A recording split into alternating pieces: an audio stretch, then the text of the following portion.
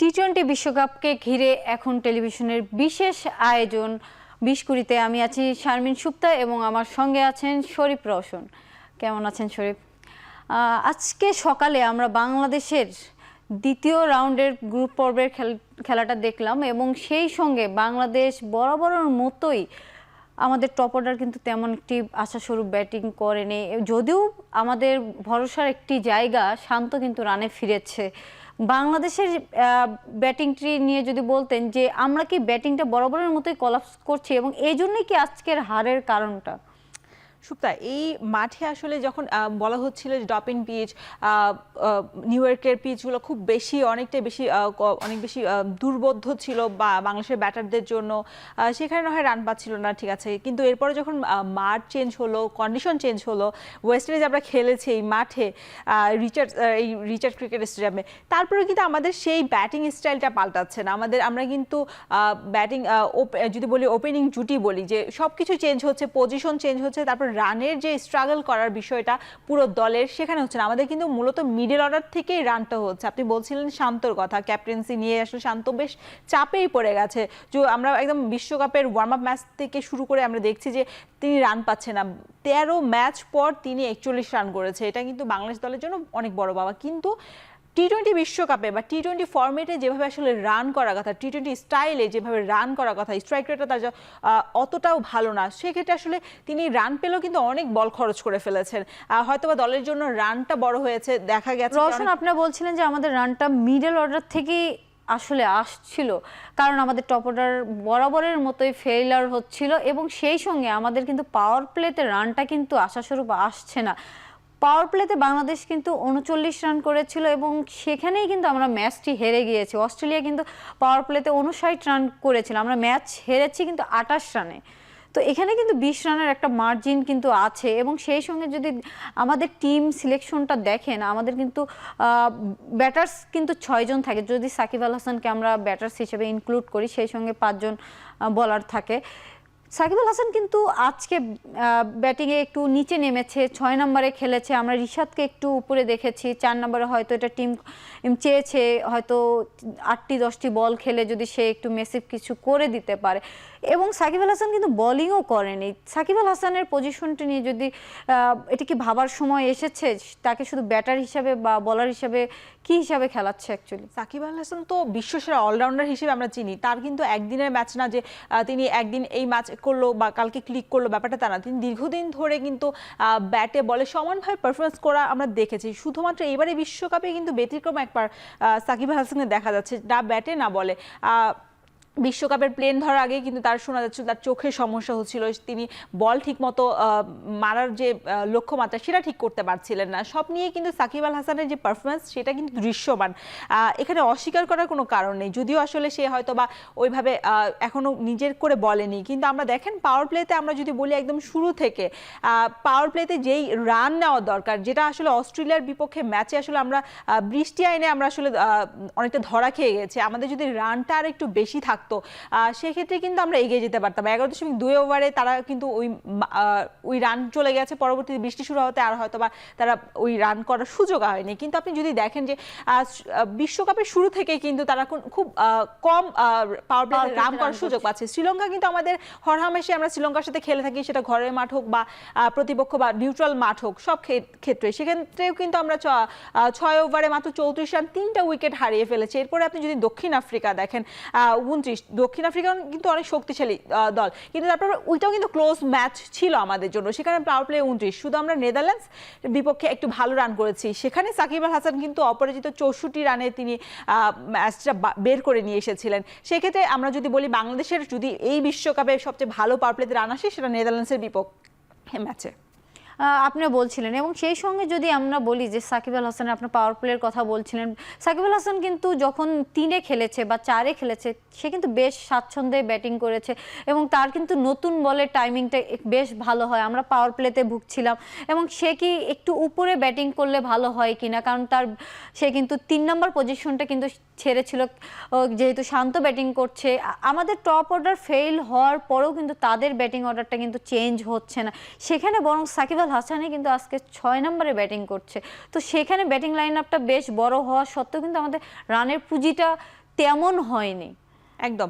আপনি যদি আবার ওপেনিং জুটিটা যদি দেখেন যে শুরু থেকে শ্রীলঙ্কার বিপক্ষে আমরা যদি শ্রীলঙ্কার, সাউথ আফ্রিকার, নেদারল্যান্ডস, নেপাল এবং শেষ আজকের ম্যাচ অস্ট্রেলিয়া দেখি 1-9-3-0-0 ম্যাচে ওপেনিং জুটিটা ভেঙেছে। এটা কিন্তু অনেক বড় একটা মাথা ব্যথার কারণ ওপেনিং জুটি থেকে আপনি যদি রানটা না গড়ে দিতে পারেন তাহলে কিন্তু পরবর্তীতে মিডল অর্ডার এসে চাপটা পড়ে যায় এবং এই চাপটার জন্য কিন্তু আমরা ক্লোজ ম্যাচগুলো একদম দক্ষিণ আফ্রিকার বিপক্ষে ক্লোজ ম্যাচটা হেরে গেছি। সেখানেও কিন্তু আমাদের জয়ের সম্ভাবনা ছিল এবং জয় আমরা হয়তো বা প্রথম হয়ে চ্যাম্পিয়ন হয়ে আমরা শিফট করতাম, সেক্ষেত্রে কিন্তু আমরা অন্য দলে চলে যেতাম।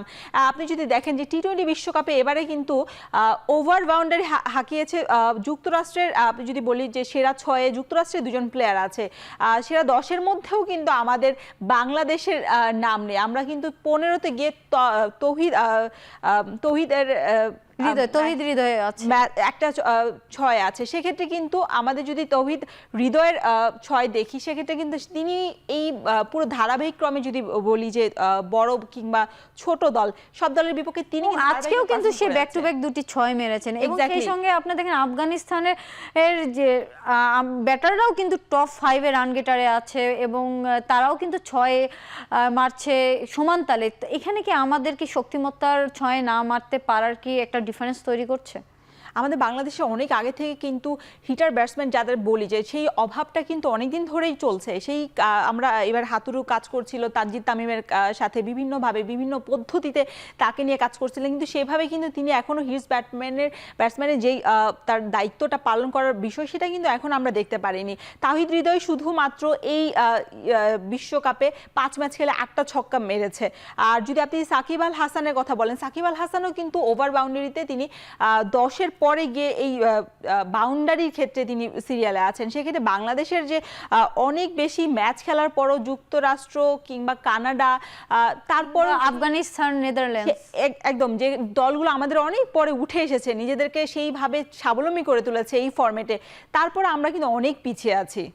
আর সেই সঙ্গে যদি আমরা বাংলাদেশের ব্যাটার্সদের তো একটা ফেলিওর দেখছি এবং আজকের টিমটা কিন্তু সাজানো হয়েছিল, একজন ব্যাটার্স কম নিয়েছে, জাকির আলীকে অফ দিয়েছে এবং সেই সঙ্গে কিন্তু মাহাদিকে তারা খেলিয়েছে। মাহাদি কিন্তু আজকে কিন্তু খুবই দারুণ বল করেছে, একদম যে সময় যে জিনিসটা প্রয়োজন, 4 ওভারে 22 রান দিয়েছেন। তার যে বোলিং স্পেল এবং আজকের উইকেটে কিন্তু আমাদের পেসাররা কিন্তু তেমন কিছু করতে পারেননি। তো সেক্ষেত্রে মাহাদি এবং রিশাদ কিন্তু আমাদের শেষ একটি ভালো চাপে তুলে নিয়ে এসেছিল। অ্যান্টিগার এই উইকেটে কিন্তু শেখ মাহিদিকে মানে বোলিং করানোর সেরা, আমি যদি বলি যে সেরা পরিকল্পনা, সেটাই সেরা অপশনই আজকে মাহাদি আজকে ছিল, কারণ স্পিনার হিসেবে বল ভালো ধরে ওইখানে, যেহেতু প্রথম নতুন বল। সেক্ষেত্রে কিন্তু যদিও ভাগ্যক্রমে তার দুর্ভাগ্যই বলতে হয়, তিনি 4 ওভার বল করেও একটা উইকেটও নিতে পারেনি, কিন্তু তার ইকোনমি রেটটা কিন্তু 5.50 এরকম একটা ইকোনমি রেট ছিল, এটা মোটামুটি ভালোই ছিল। কিন্তু আপনি পেসারদের কথা বলছিলেন যে অ্যান্টিগার এই উইকেটে অন্যান্য দলের যে পেসাররা ভালো করছে, তা আমাদের বাংলাদেশ দলের পেসাররা কিন্তু তাসকিন বা অন্যান্য তানজিম সাকিব যা পুরো দল পুরো বিশ্বকাপ জুড়ে যেভাবে পারফরমেন্স করেছে সেভাবে দেখিনি। রিশাদ হোসেনের কথা বলছেন, রিশাদ হোসেন কিন্তু একদম শ্রীলঙ্কার বিপক্ষে ম্যাচ থেকে শুরু করে এখন পর্যন্ত প্রত্যেকটা ম্যাচে কিন্তু তিনি ধারাবাহিকভাবে উইকেট নিয়ে যাচ্ছেন এবং দলের জয়ের কিন্তু পাশে রয়েছে। আমরা দেখছিলাম সাকিব, মুস্তাফিজ এবং তাসকিন আজকে আশাস্বরূপ বোলিং করেনি। আমরা বিগত ম্যাচগুলোতে যেটা বলেছি যে আমরা আমাদের পেস বোলার ইউনিট ভালো করার জন্যে আমরা লাস্টের 2টি ম্যাচ ব্যাক টু ব্যাক জিতেছি এবং সেই সঙ্গে কিন্তু আমরা সাকিব আল হাসানকে আজকে দেখেছি বোলিং করেনি, যদিও আমাদের স্পিন উইকেট আমরা বলছিলাম ছিল। সেই সঙ্গে আমরা সাকিব আল হাসানকে নিয়ে কথা বলবো বিরতির পরে। ফিরছি বিরতির পর।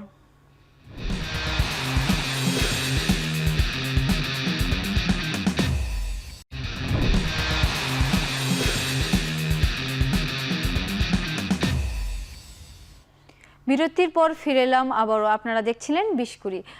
রওশন, আমরা কথা বলছিলাম সাকিব আল হাসানকে নিয়ে। সাকিব আল হাসান আজকে ব্যাটিংটাও 6 নম্বরে করেছেন এবং তার পজিশনে আমরা রিশাদকে দেখতে পেয়েছি এবং সেই সঙ্গে সে কিন্তু আজকে বোলিংটা করেনি, যেখানে রিশাদ এবং মাহদি দুজনে ভালো বোলিং করছিল। এই যে সাকিব আল হাসানের বোলিং না করা, যদিও ম্যাচটি সম্পূর্ণ হয় না ডিএল মেথডের কারণে সংক্ষিপ্ত হয়েছে, কিন্তু এই সময় কিন্তু তার কি আসার উচিত ছিল বা তার কি আরেকটু পরে আসতো কিনা তাও আমরা জানি না, যেহেতু ম্যাচটি অসম্পূর্ণ ছিল। সাকিব আল হাসানের অ্যাকচুয়ালি বোলিংয়ে আমরা লাস্ট কয়েকটি ম্যাচে একটু দেখেছি সে কম বল করতে। একদম, আসলে বাংলাদেশের যদি বলি যে অভিজ্ঞ প্লেয়ার, সবচেয়ে বেশি কিন্তু অভিজ্ঞ প্লেয়ার সাকিব আল হাসান নামটাই সবার প্রথমে আসে। সেক্ষেত্রে তার পারফরমেন্স সেই অনুযায়ী কিন্তু বাংলাদেশের দর্শকরা আমরা দেখতে পাচ্ছি না।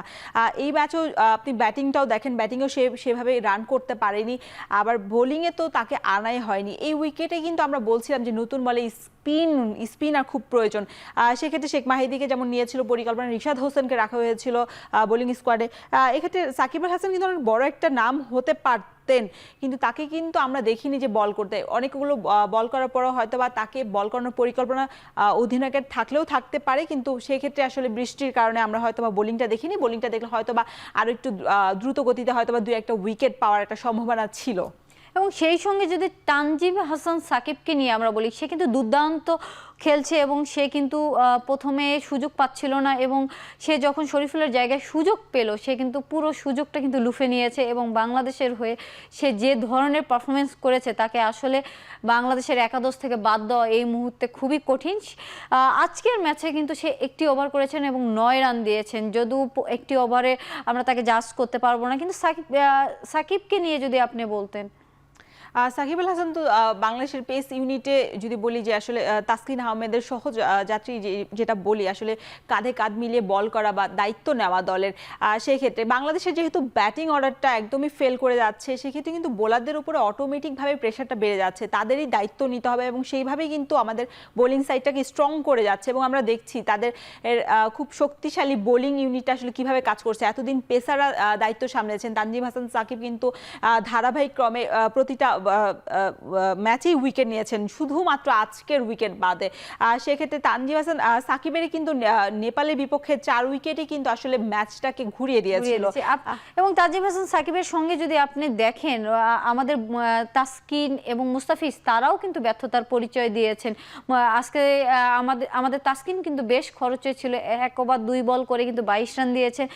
পক্ষান্তরে যদি আপনি দেখেন অস্ট্রেলিয়ার বোলাররা কিন্তু স্টোনিস বলেন, হ্যাজেলউড বলেন, কামিন্স বলেন, তারা কিন্তু বেশ ভালো বল করেছে। এটা কি আমাদের সময় পেস বলটা আমাদের কিন্তু ভালো হয়নি, তারা ভালো করলো, এটার পার্থক্যটা কি? এটা কি আমাদের শক্তিমত্তার পার্থক্য আছে নাকি আমাদের স্কিলের পার্থক্য? স্কিলের একটা বিষয় তো অবশ্যই আছে। অস্ট্রেলিয়া অনেক বড় দল, ক্রিকেট বিশ্বে আমরা যদি বলি অস্ট্রেলিয়া, ইংল্যান্ড, ভারতের তাদের শক্তিমত্তার সাথে আমাদের শক্তিমত্তা বেশ ফারাক আছে। সেক্ষেত্রে কিন্তু বাংলাদেশের পেস ইউনিটটা যেভাবে এগিয়ে যাচ্ছে, বিশেষ করে এবারে টি-20 বিশ্বকাপে, সেটা অনেকটাই প্রশংসার দাবিদার। কিন্তু এই উইকেটে কিন্তু আমরা এর আগে টি-20 ফরম্যাটে কখনোই খেলিনি। সেক্ষেত্রে আমি বলবো যে কন্ডিশনের সাথে মানিয়ে নেওয়ার যে একটা ব্যাপার আছে সেটাও কিন্তু অনেক বড় একটা ভূমিকা হয়ে দাঁড়িয়েছে অস্ট্রেলিয়ার বিপক্ষে। সেক্ষেত্রে ভারতের বিপক্ষে আগামীকালই ম্যাচ আছে। বাংলাদেশের যদি বলি যে পেস বোলার ইউনিটে আপনি বলছিলেন যে আসলে রিশাদ আছে, সেও কিন্তু দুর্দান্ত বোলিং করে যাচ্ছে। আজকের ম্যাচেও তিনি 2টা উইকেট নিয়েছে। ম্যাচটাকে আসলে আর একটু নিজেদের গতিতে এনে, নিজেদের ফরে এনে আসলে খেলার যে একটা গতি ফিরে নিয়ে এসেছিলেন, একটা ধারাবাহিকতা দেখিয়েছিল। 3 ওভারে 2টি উইকেট পেয়েছেন এবং তার ইকোনমিটাও কিন্তু 7-এর মধ্যেই ছিল। এই যে একজন লেগ স্পিনার হিসেবে কন্টিনিউয়াস সবগুলো ম্যাচে ভালো করা এবং সে কিন্তু এই ধারাবাহিকতা বজায় রেখেছে। এবং রিশাদ কিন্তু বাংলাদেশের, আমরা সবসময় বলে আসছি যে সে বাংলাদেশের জন্য একটি সম্পদ এবং সে কিন্তু তার প্রমাণ রাখছে। রিশাদকে নিয়ে কিন্তু যে কোনো টিমে তাদের কিন্তু পরিকল্পনাও করছে ব্যাটিংটা কিভাবে করবে এবং রিশাদ কিন্তু ঠিক তার সময়ে এসে কিন্তু যখন উইকেটের দরকার তখনই কিন্তু উইকেট 2টি নিয়েছে। এবং রিশাদকে আমরা কতটুকু কাজে লাগাইতে পারবো? রিশাদকে কিন্তু আমরা সবার শেষে বোলিংয়ে এনেছি। পরিকল্পনা হয়তো বা আরেকটু আগে নিলে হয়তো বা আরেকটু ভালোভাবে পিক করতে পারতেন তিনি, কিন্তু তারপর শেষে বল করতে এসে আসলে তারপর তার ভালো পারফরমেন্স আমরা দেখেছি। তিনি যেহেতু লেগ স্পিনার হিসেবে কাজ করেন, যেহেতু অস্ট্রেলিয়ার বিপক্ষে আসলে ম্যাচটাকে ঘুরিয়ে আনার জন্য লেগ স্পিনারদের একটা দরকার ছিল এবং সেই কাজটা তিনি পরিপূর্ণ করতে পেরেছেন। সাথে সাথে স্পিনারদের যে আসলে শেখ মাহিদের সাথে যে দরকারটা ছিল জুটি বেঁধে কাজ করা, সেটা কিন্তু তিনি ভালোভাবেই করেছেন। আমরা কিন্তু দেখেছি যে বাতাসের যে গতি ছিল কালকের মাঠে, সেই মাঠে কিন্তু বাংলাদেশের ব্যাটারদের যে পারফরমেন্স ছিল সেটা আসলে আমাদের আরেকটু যদি ভালো করতে পারি। ভারতের বিপক্ষে যেহেতু আমাদের পরবর্তী ম্যাচ শক্তিশালী ভারতও কিন্তু এই বিশ্বকাপে বা এর আগে বা টি-20 ফর্মেটে কখনোই খেলেনি। ওয়ানডে বিশ্বকাপ ওয়ানডে ফর্মেটে তিনি 2017 সালে খেলেছিল, তারপর ওয়েস্ট ইন্ডিজের বিপক্ষে একটা ম্যাচ জিতেছিল, একটা হেরেছিল। সেক্ষেত্রে কিন্তু ভারতের জন্য নতুন একটি ভারতকেও এখানে এগিয়ে রাখার সুযোগ নেই, যেহেতু আসলে কালকে বৃষ্টির একটা সম্ভাবনা আছে, বজ্রের একটা সম্ভাবনা আছে। সেক্ষেত্রে কিন্তু বাংলাদেশকে আরো বেশি যদি সতর্ক হতে পারে, সেক্ষেত্রে কিন্তু তারা এই ম্যাচটাকে ভারতকে কিন্তু হারিয়ে আমরা পরবর্তী সেমিফাইনালে এক পা দিয়ে রাখতে পারি। এবং সেই সঙ্গে কিন্তু আমরা দেখছি যে বাংলাদেশের সঙ্গে কিন্তু ভারতেরও ব্যাটার্সরা তেমন একটি ফর্মে নেই। তাদের যদি ব্যাটার্সদের দেখি তারা কিন্তু অফ ফর্মে আছেন। উইকেটের কারণেও এটা হইতে পারে, বড় দল যে কোনো সময় তারা ভালো খেলতেও পারে। তবে বাংলাদেশের ব্যাটারদের তো আর কি সময় আছে পিছে ফিরে তাকানোর? তাদের কি একটু তাদের ব্যাটার্সদের কি শাফলিং হবে? আইদার আসলে আমাদের অপশনও কিন্তু নাই, বাইরে আপনি বেঞ্চ থেকে যে কাউকে নিয়ে খেলাবেন সেই অপশনটাও কিন্তু নেই। সেক্ষেত্রে বাংলাদেশের ব্যাটার্সদেরকে হয়তো নিজের থেকে হয়তো বেটার কিছু করতে হবে। আজকে আমরা দেখেছি শান্ত কিন্তু বলেছে ব্যাটার্সদের কি হয়েছে সে আসলে কিছু বলতে পারছে না। এই উইকেটে কিন্তু 170 রান অন্তত করা উচিত ছিল।